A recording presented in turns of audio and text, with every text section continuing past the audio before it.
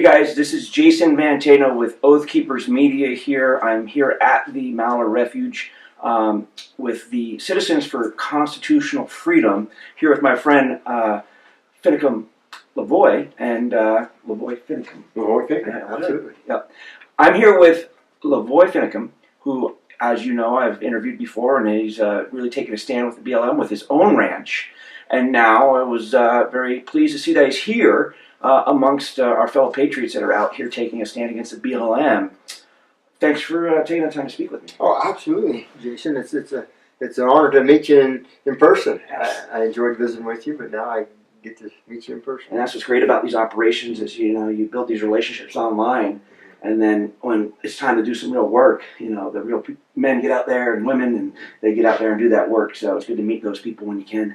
So tell us why you're here. What made you decide to leave your ranch, come out here to Burns, or outside of Burns, Oregon, and do what you're doing? Well, let me tell you, I hadn't planned on being here, but this will be very clear what brought me here.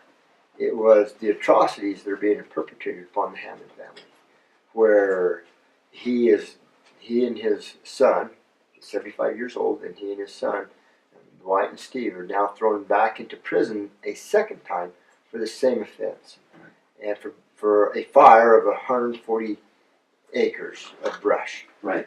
And which happened 11 years ago, by the way. Right. And this is, I mean, you and I, you're from, not Nevada, you're across the line, right? Arizona, but very close to the Bundy Ranch. Yeah.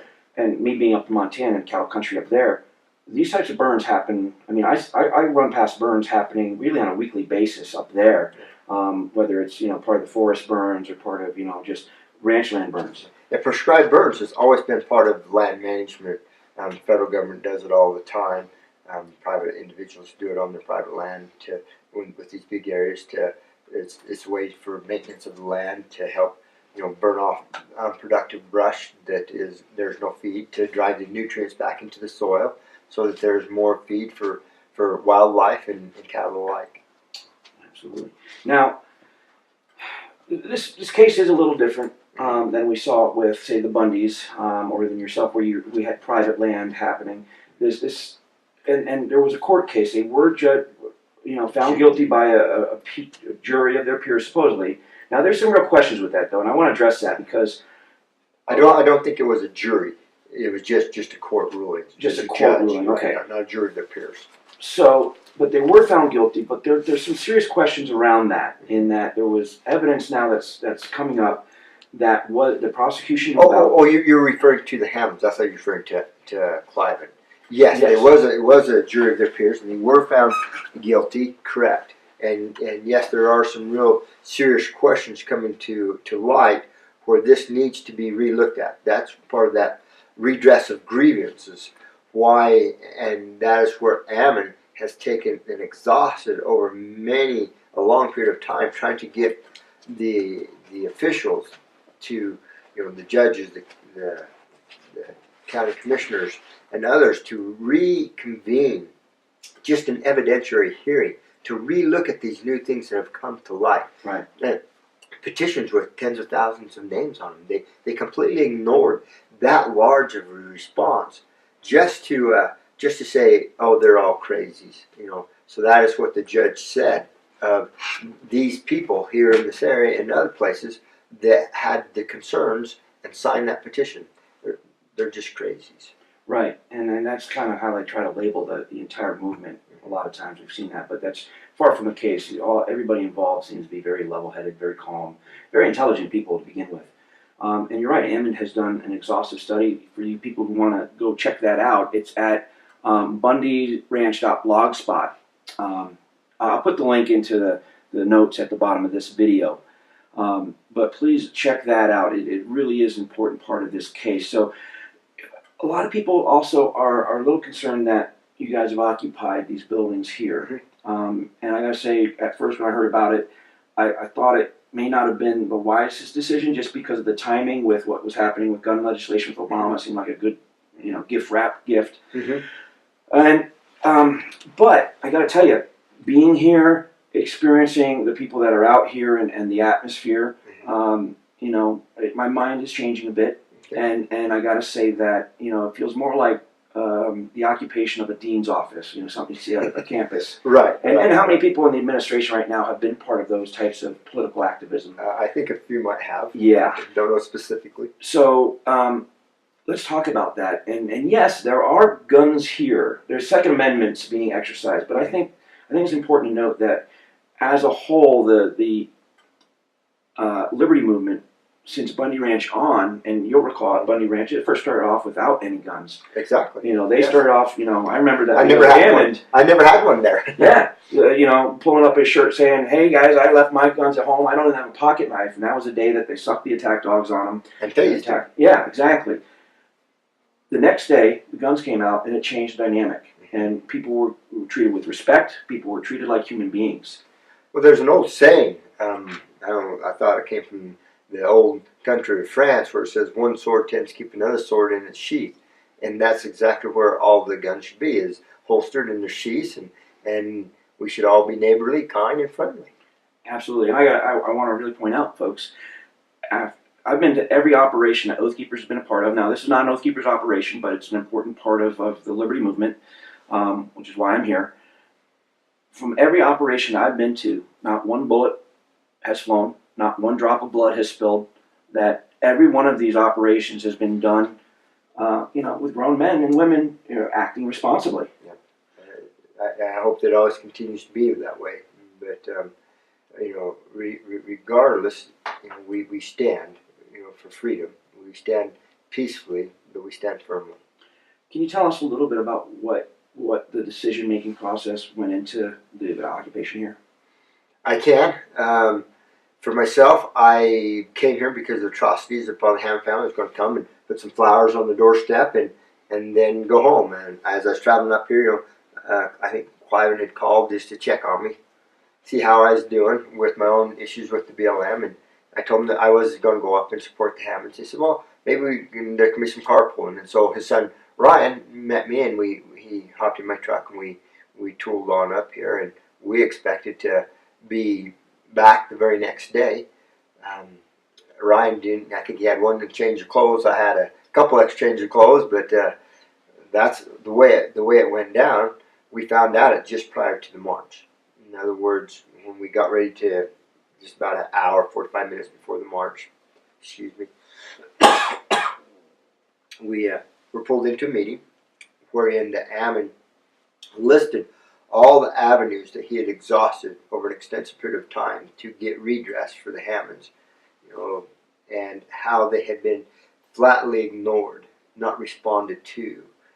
And then he said, if we allow this to stand, this shall become the new normal for American citizens.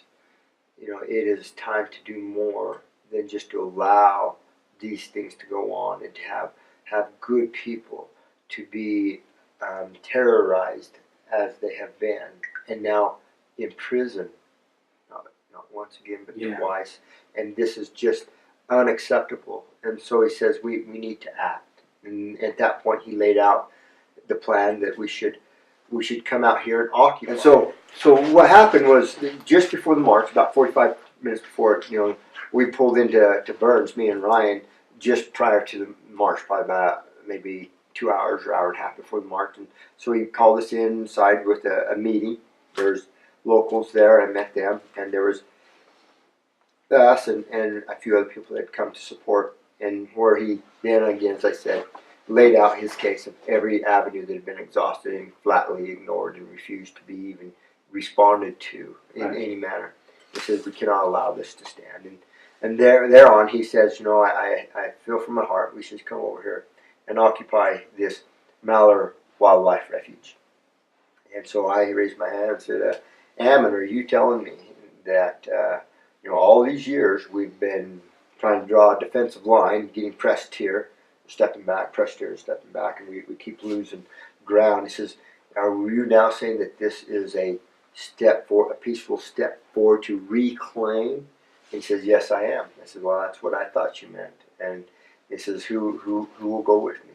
And there's actually a county deputy in the room, and there was several people, this is we appreciate what you're doing, but this is just one bridge too far for us. And they excused themselves. And at what point Ammon went and did the support march, right?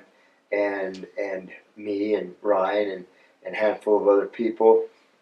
I was the last car. There was about a caravan of 4, maybe 5 vehicles that came here. I think it's 4 in a trailer, something like that. Not very many, just a handful of us. And so we're touring. I'm actually the only one in my truck. And actually, it was a rental car because my truck had broke down. so I'm tooling out here, and as I'm coming out, you do a lot of thinking because have you ever heard the term crossing the Rubicon? Mm-hmm. Yeah, and it means that when you cross Rubicon, when Caesar crossed the Rubicon, that means there's no turning back. Right.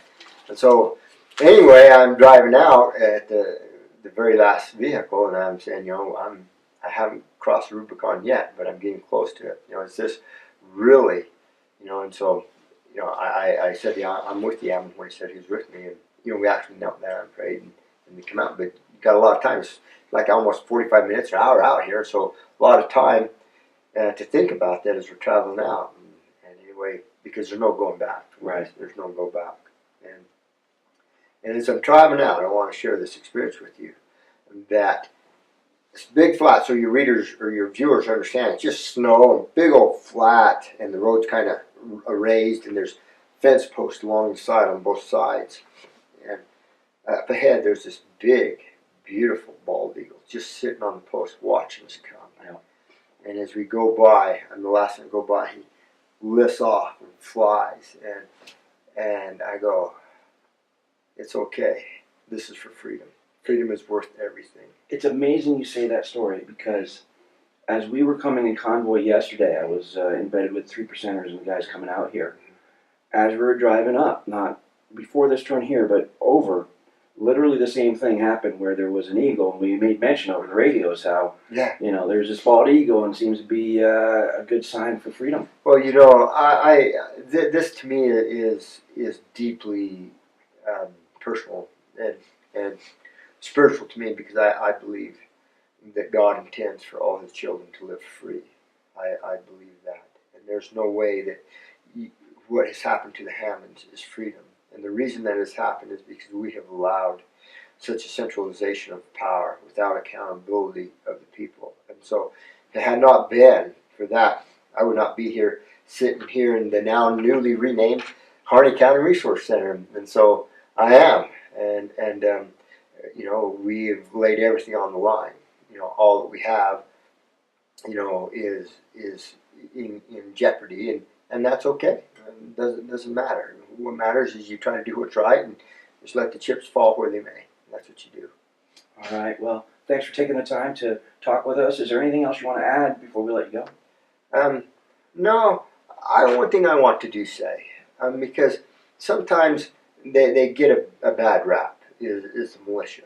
And, they came out with tacked out and stuff, but they travel that way in protective detail. Right. And that's understandable.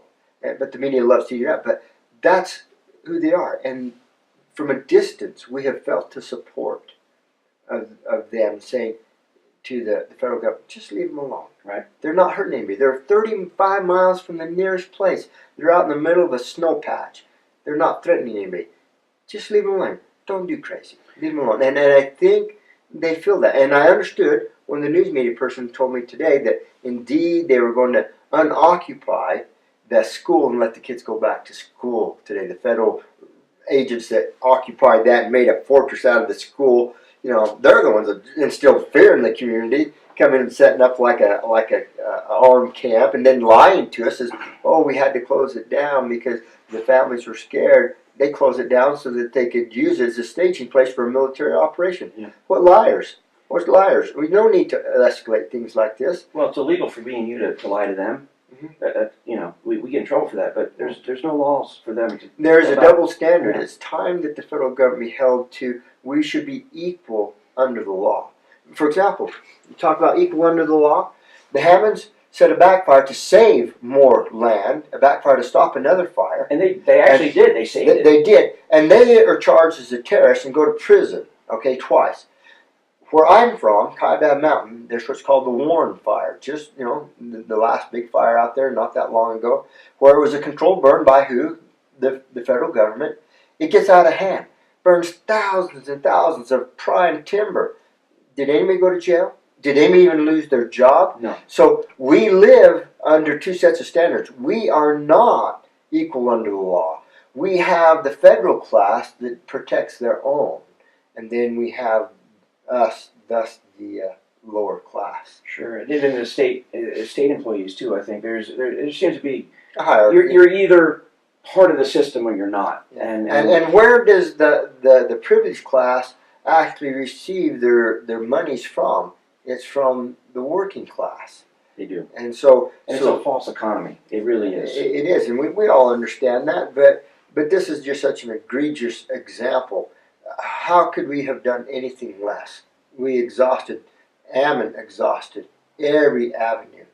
There was no other recourse to take but to peacefully stand up and take this, to make the statement, to try to get redress for the Hammonds and for other purposes of freedom too. Well, folks, I want to make it very clear that we talk a lot about the background to this story and the research that's gone into it and all that background information. And I want to challenge each and every one of you to go out there I'm going to include links in my articles and in this video to these different references, these information piles, if you will, that back up everything we're saying. And I want to challenge you to go through it, read it, and understand the backstory that we're talking about here, and really across the board in these western states with each one of these egregious happenings, whether it's a guy in Montana or Wyoming with putting a pond in his backyard and being prosecuted as a terrorist there, to the Hammonds, to the Bundys. The information's there, folks, and we need to really bone up on that information and be able to speak intelligently about it. So please take the time, go out there and take the time to read up. I hope I'm not sure if I completely finished my thought about those that showed up, the militia that showed up and came down and talked to us. Again, I just really want to put out a thank you, because from a distance they make us feel safe here, and they don't have to be here on site, but from a distance we feel their support. And so again, to all of the Americans that have prayed for us, and even though they may not have agreed or not quite understand, but we felt their prayers, we have heard and listened to their support and stuff, and we are not stopping. We're not going to back down. We will not, as Ammon say, we will leave not a minute too soon. Okay, so thank you so much. Thank you. You're welcome. All right.